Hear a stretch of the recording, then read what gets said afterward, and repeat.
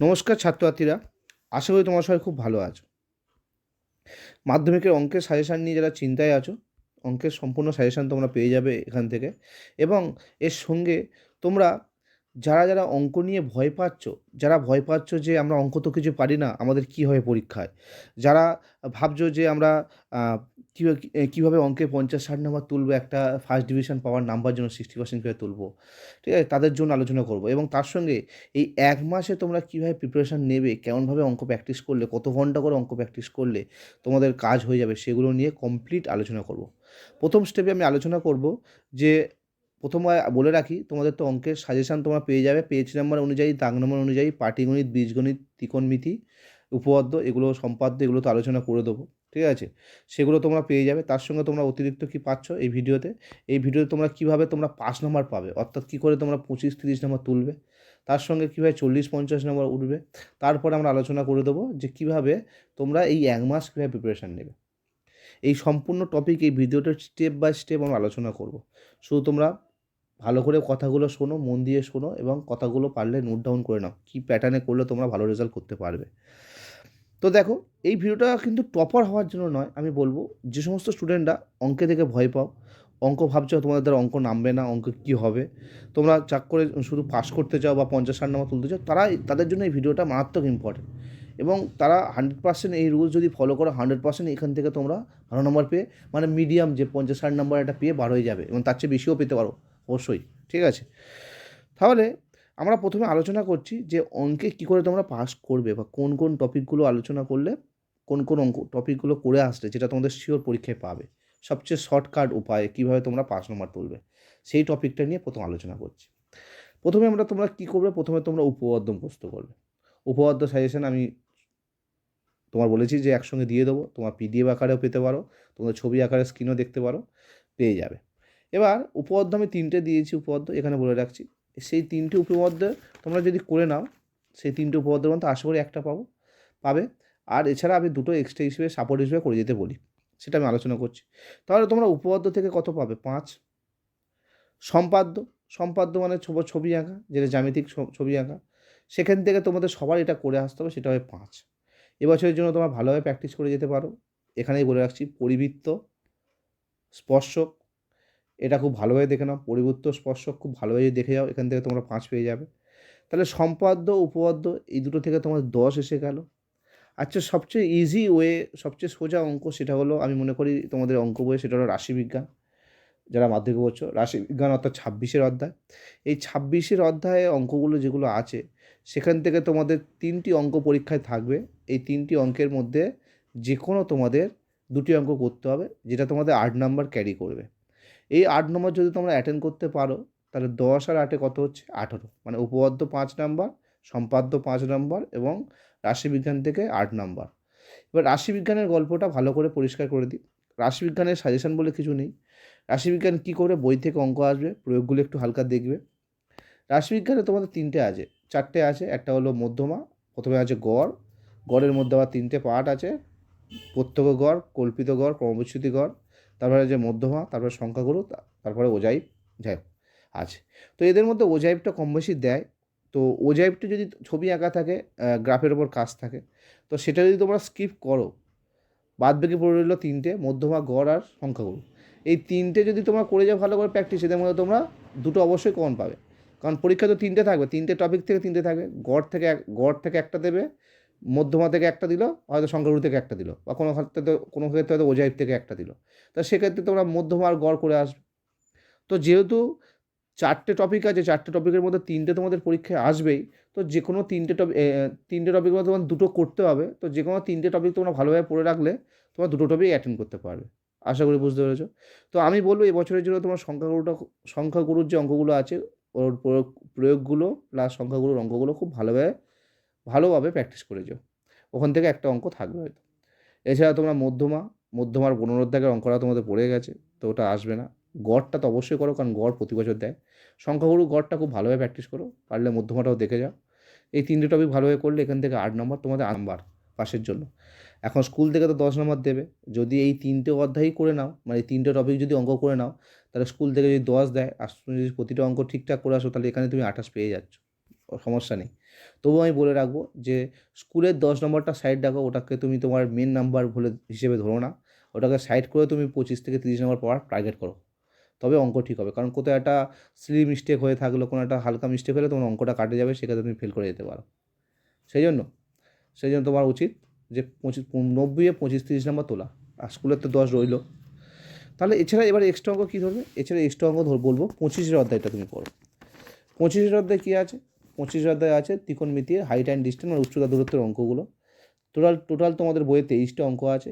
মাধ্যমিকে তোমাদের দুটো অঙ্ক পড়বে, এবং এই দুটো অঙ্কের মধ্যে তোমাদের একটা করতে হবে। এবং আমি এই অধ্যায়ের সম্পূর্ণ সাজেশন তোমাদের দিয়ে দেবো, জাস্ট ভিডিওর লাস্টের দিকে দিয়ে দেবো। তোমরা দেখতে পাবে যে এই কটা অঙ্ক মোটামুটি করলে তোমাদের 99% তোমাদের কমন পাওয়ার সম্ভাবনা। অত্যন্ত ইম্পর্টেন্ট অঙ্ক, এবং যেগুলো তোমার টেস্ট পেপারে বারবার করে এসছে, সেগুলো নিয়ে এই ওগুলো যদি তুমি ভালোভাবে করো তো অঙ্কগুলো তোমাদের কাজ হয়ে যাবে।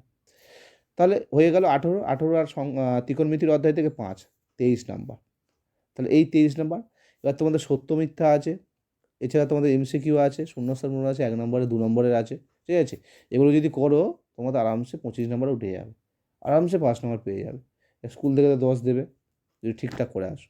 একটা কথা মনে রাখো, অঙ্ক কিন্তু ঠিক করলে ফুল মার্কস, 1 নম্বরও কাটবে না, আর ভুল করলে কিন্তু সমস্যা। সেই জন্য অঙ্কটা ভালোভাবে প্র্যাকটিস করবে, এবং কীভাবে প্র্যাকটিস করবে সেটা আমি লাস্টে আলোচনা করে বলেছি। তাহলে প্রথম ক্ষেত্রে আমি আলোচনা করে দিলাম যে কীভাবে তোমরা 25 নম্বর পাবে, ঠিক আছে। এই 25 নম্বর পাওয়ার জায়গাটা তোমাদের করে দিলাম। এই 25 নম্বর আর স্কুল থেকে 10-35।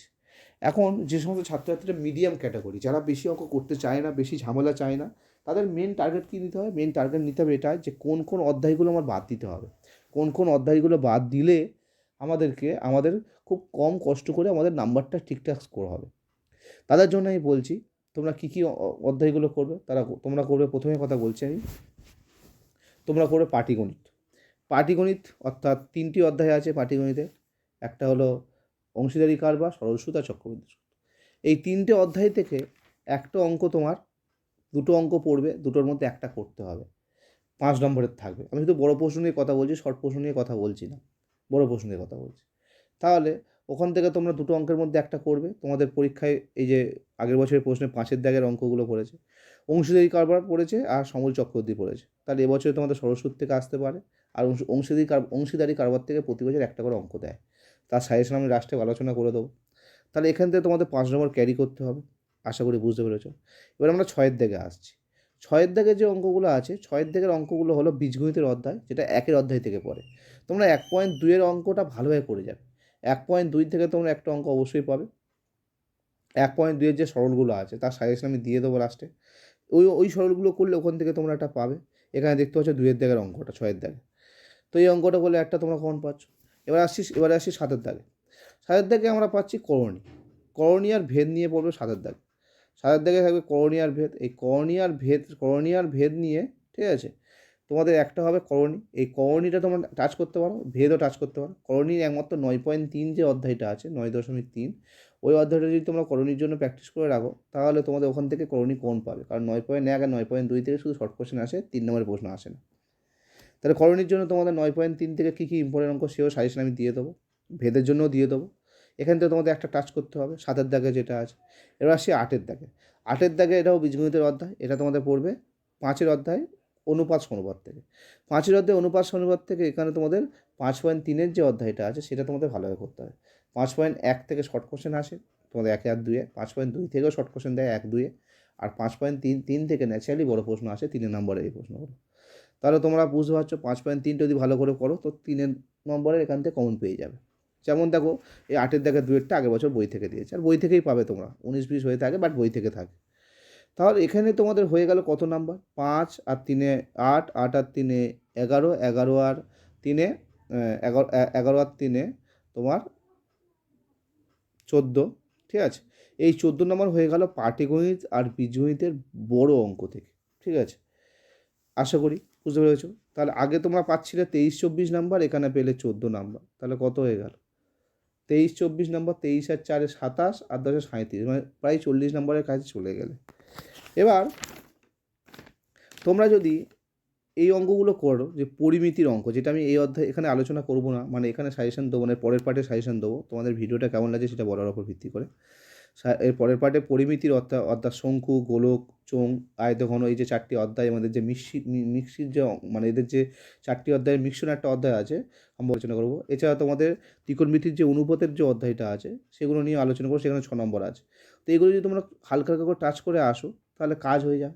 আমি যদি এইগুলো বাদও দিই, যদি আমি এই ত্রিকোণমিতির অনুপাতের অধ্যায়টা যদি বাদ দিই, ঠিক আছে, যদি এই পরিমিতি বাদ দিই, ঠিক আছে, যদি নাই বা করো, তবুও তোমাদের শুধু বড় অঙ্কগুলো থেকে তোমাদের প্রায় 37 নম্বর মতো উঠে যাচ্ছে, ঠিক আছে। এবার তোমাদের সত্য মিথ্যা আছে 6টা থাকবে, 6টা এমসিকিউ থাকবে, 6টা এমসিকিউ থেকে তোমরা 2টো পারো, সত্য মিথ্যা তোমাদের 3টে ঠিক হোক, 5 নাম্বার, তাহলে 37 আর 5-এ কত হচ্ছে 43 নাম্বার, 37 আর 5-এ 42 নাম্বার।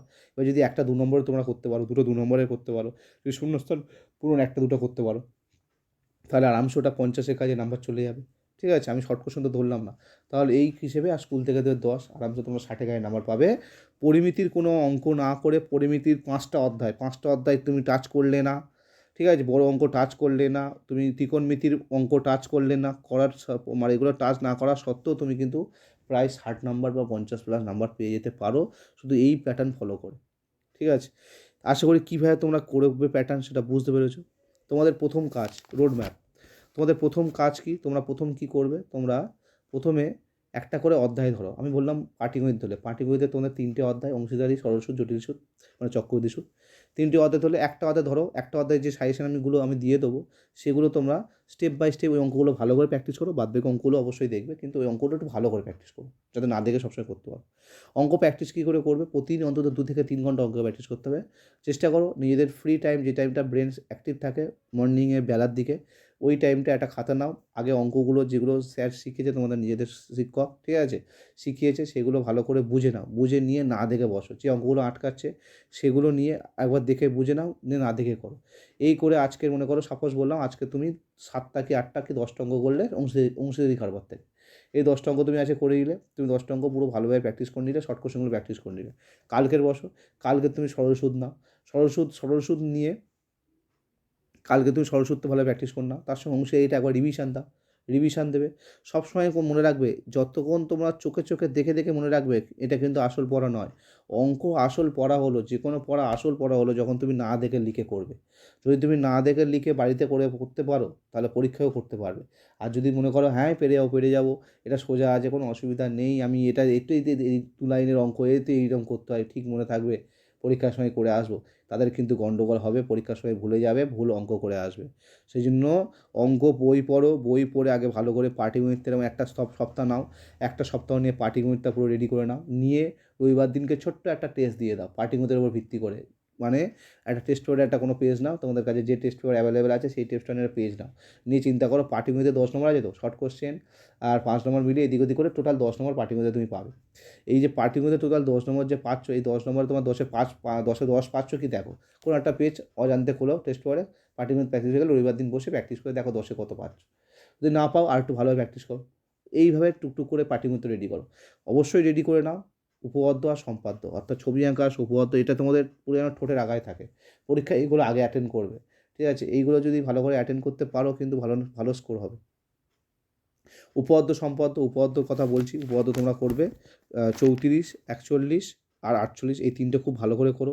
এছাড়া তোমরা 32 আর 40-এরটাও করে দিতে পারো, 32 আর 40-এর দাগের উপপাদ্যটা করে দিতে পারো, এটাও খুব ইম্পর্টেন্ট। তো 3টে খুব মেন ইম্পর্টেন্ট, 34, 41, 48, 32 আর 40, এই 5টা উপপাদ্য যদি তোমরা ভালোভাবে দেখে নাও, আশা করি এর মধ্যে তোমাদের কম পেয়ে যাবে। এর মধ্যে 2টো তোমাদের পরীক্ষায় পড়বে, একটা তোমাদের করতে হবে। আমি বলবো প্রথম 3টে খুব ভালোভাবে করে যাও, 34, 41, 48, 48-এরটা খুবই ইম্পর্টেন্ট, ঠিক আছে, 48-এরটা তো ভালো করে দেখো। তো এই উপপাদ্যের কথা বললাম, সম্পাদ্য বলে দিয়েছি, স্পর্শক আর পরিবৃত্ত খুব ভালোভাবে করে যাও, খুব ভালো আঁকা ইম্পর্টেন্ট বলে। তো এই উপপাদ্য সম্পাদ্য তোমাদের একটা মেন অস্ত্র পাস করার জন্য, কারণ এখানে 10 নম্বর আছে। তাহলে প্রথম সপ্তাহ পাটিগণিত শেষ করলে, তার পরের সপ্তাহে চেষ্টা করো বীজগণিতটা শেষ করতে, তারপরে চেষ্টা করো 25 অধ্যায় হাইট অ্যান্ড ডিস্ট্যান্স অর্থাৎ ত্রিকোণমিতির অধ্যায় করো, তারপরে তোমার রাশিবিজ্ঞানের অধ্যায় 26 অধ্যায়, স্টেপ বাই স্টেপ এগুলো শেষ করে দিয়ে পরীক্ষা দাও। পরীক্ষা দিয়ে নিজেরা এগুলো যখন শেষ হয়ে যাচ্ছে তখন একটা অঙ্কের পৃষ্ঠা নাও, পরীক্ষার মাধ্যমিকের আগে অন্তত এটা 2টো সেট অবশ্যই দেবে নিজেরা, 2 থেকে 3টে সেট, যে একটা টেস্ট পেপার নিয়ে বসলে, মনে করো মাধ্যমিক পরীক্ষা দিচ্ছি, কোনো একটা টেস্ট পেপারে পেজ করলে সেটাই তুমি পরীক্ষা দিতে বসলে, যে যত কঠিন সেট হয় হোক, কোনো অসুবিধা নেই, সেটা নিয়ে বসলে, বসে নিয়ে লিখলে কত পাও দেখো, যে কতগুলো ঠিক হয়েছে, কারণ বইয়ের পেছনে তো উত্তর আছে টেস্ট পেপারে, সেই উত্তরগুলো মিলে গেলে তো ঠিক আছে। তো সেখানে যদি ফুল মার্কস পেয়ে যাও, সেখানে দেখো কত স্কোর হচ্ছে। যদি দেখো হ্যাঁ তোমাদের 25, 30, 40 আস্তে আস্তে নাম্বার ইনক্রিজ হচ্ছে, মানে তোমরা ঠিক রাস্তায় যাচ্ছ, নাহলে প্র্যাকটিসের উপর আরও জোর দাও, আরও একটা অঙ্ক একবারের জায়গায় 3বার প্র্যাকটিস করো। এইভাবে তোমাদের সমস্যার সমাধান হয়ে যাবে। আর আশা করি বুঝতে পেরেছো তোমরা কীভাবে প্র্যাকটিস করবে। স্টেপ বাই স্টেপ টুকটুক করে ছোটো ছোটো করে ধাপ ধাপ করে নিয়ে এগিয়ে যাও। এবার আমরা সবচেয়ে ইম্পর্টেন্ট যে পার্টটা, সেটা হলো সাজেশান, অঙ্কের সাজেশান। পাটিগণিত, বীজগণিত 25 অধ্যায়, 26 অধ্যায়, এগুলো যেগুলো বলেছিলাম উপপাদ্য, সেগুলো বলে দিচ্ছি। স্ক্রিনে আশা করি তোমরা দেখতে পাচ্ছ। স্ক্রিনে বলে দিচ্ছি পাটিগণিত যে 25 পেজ, এখন লেখা আছে পেজ 42, প্রয়োগ 27, পেজ 45, প্রয়োগ 33, পেজ 47, প্রয়োগ 17, পেজ 47 পেজে প্রয়োগ না অঙ্কের প্রশ্নের অঙ্ক 16, 17, 18, 19, 20।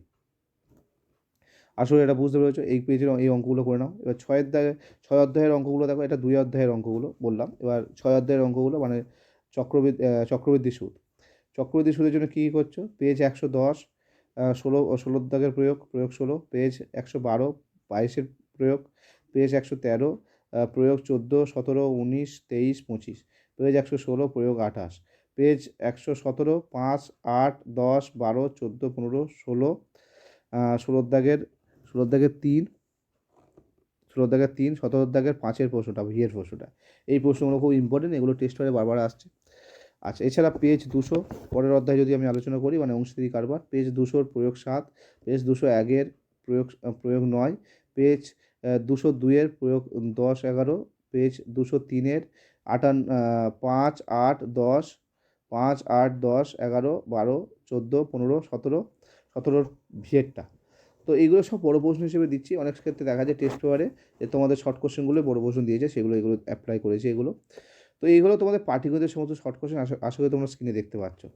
এবার আসছি বীজগণিতের অঙ্কগুলো। বীজগণিতের যে অঙ্কগুলো আছে সেগুলো তুমি দেখো, এখানে স্ক্রিনে দেখতে পাচ্ছ। এই যে অঙ্কগুলো যে পেজ নম্বর দেওয়া আছে, এগুলো তোমাদের অঙ্ক বইয়ের মাধ্যমে তোমরা নিজেরা খুঁজে নিয়ে দাগ নিতে পারবে। একইভাবে যদি আলোচনা করি আমি, একইভাবে আলোচনা করছি, এবং বীজগণিতের 5-এর অধ্যায় বলে এখানে দাগ মারা আছে, দেখতে পাচ্ছ, এই যে পরপর দাগ দেওয়া আছে। এবার আসছি তোমার 1-এর অধ্যায়, যেটা বীজগণিতের 1-এর অধ্যায় এখানে বলে নিচে লেখা আছে, দেখতে পাচ্ছ আশা করি, ঠিক আছে। এই 1-এর অধ্যায়ের পেজ 4, 5 বলে লেখা আছে, পেজ 4-এর 5 নম্বরের প্রশ্ন 2-এরটা, 6 নম্বর প্রশ্ন 2-এরটা, পেজ 11-র 4-এর প্রশ্ন 8, 9, এই যে অঙ্কগুলো যেটা বলছি, এটা 1-এর অধ্যায়, যেটা পেজ বলে নাম্বার লেখা আছে তোমার 8, 9, 10, XB, XBI, XBII, XBIII, XIX, XX, মানে এটা পেজ 11, 4-এর দাগের প্রশ্নগুলো। আশা করি বুঝতে পারছো, ঠিক আছে। এরপরে পাশেরটা দেখো, ঠিক আছে, এখানে লেখা আছে পেজ 13, সমস্ত পেজ নম্বর পাশে লেখা আছে পেজ 13, 4, 6, 9, 11, 4-এর প্রশ্নটা, পেজ 19 প্রয়োগ 26, পেজ 25 প্রয়োগ 35, পেজ 27-এর প্রয়োগ 39, সমস্ত প্রশ্ন স্টেপ বাই স্টেপ। এবার 25-এর অধ্যায় থেকে দেওয়া আছে পেজ 326, 8, 11, 9, 13, 15, 16, 15, 19, 20, 21, 22 এই প্রশ্নগুলো। আর পেজ 323 পৃষ্ঠার প্রয়োগ 9, 10, 11 এই কটা আছে। এবং উপপাদ্য 34, 41, 48, এর সঙ্গে তোমরা 32 আর 40-এরটা ভালোভাবে দেখে নিও। আর 26-এর অধ্যায় যেটা আছে, 26-এর অধ্যায়ে যে অঙ্কটা আছে, যে অঙ্ক রাশিবিজ্ঞান থেকে বলেই দিয়েছি আমি মুখে, যে ওখান থেকে বইয়ের যে অঙ্কগুলো আছে খুব ভালো করে দেখবে এবং প্রয়োগগুলো দেখবে। তারপরে তোমরা ওই সংখ্যাগুলোর টপিকটা খুব ভালোভাবে দেখে যাও, কারণ এবারে সংখ্যাগুলো আসার সম্ভাবনা বেশি। আশা করি তোমরা সবাই বুঝতে পেরেছো যে কোন কোন টপিকগুলো দেখে নিতে হবে। যদি ভালো লাগে ভিডিওটা লাইক করো, বন্ধুদের সঙ্গে শেয়ার করো, এবং নতুন চ্যানেলটা সাবস্ক্রাইব ও ফলো করে রাখো। ধন্যবাদ।